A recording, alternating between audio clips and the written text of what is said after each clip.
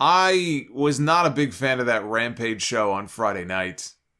And the AEW drones did not like hearing that. Oh, let me tell you, they did not like hearing that.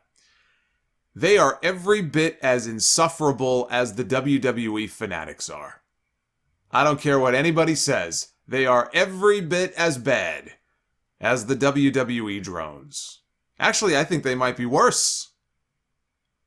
Get a load of this tweet that I got. I won't mention the person's name. I will spare them the embarrassment and the shame. But I could not believe this when I read this. This is what this person sent me.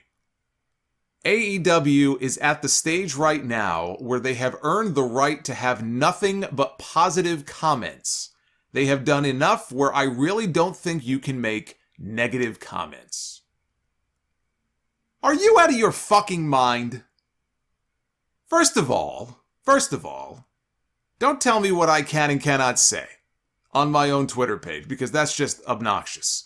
I may not agree with what you say on your page, but I cannot imagine ever seeking someone out and telling them you can't say something on your own page. I mean, what a ridiculous, asinine idea.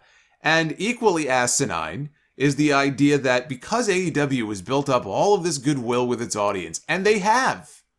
I trust in Tony Khan the way that I trusted in Lucha Underground. I trust in Tony Khan the way that I trusted in Triple H and his booking for a very long time. In the glory days of NXT.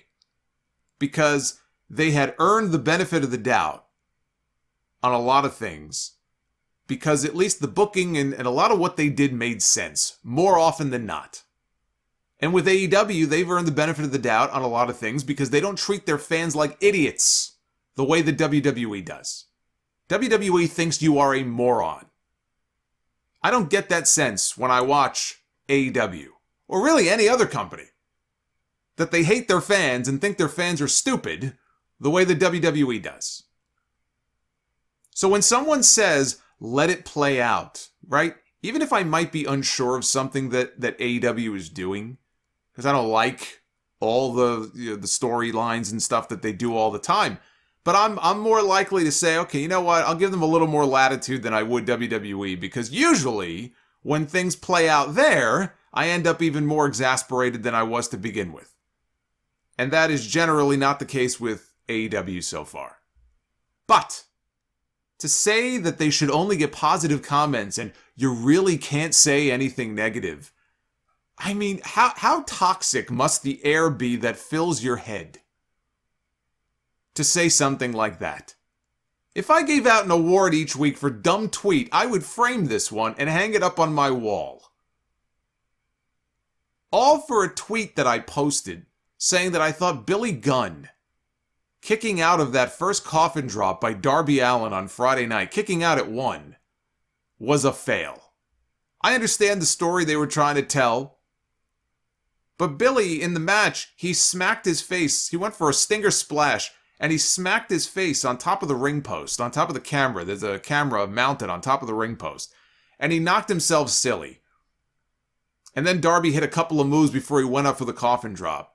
If Darby hits his finish, even if Billy is bigger than him, yes, I understand Billy Gunn is probably taking shits bigger than Darby Allin. I get that. You don't have to tell me for the 1,000th time. I can see it with my own 2 eyes. Thank you very much. Even if that's the case, Billy Gunn should not be kicking out of the man's finish in that circumstance. That's my opinion. But that's all I said. That was the tweet.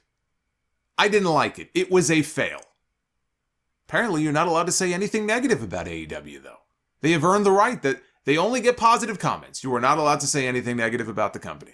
Not only will I say negative things when I feel like they are warranted, I'm going to continue to call out stupid shit like this on my show, just to illustrate that there are fans on both sides who belong in a psych ward.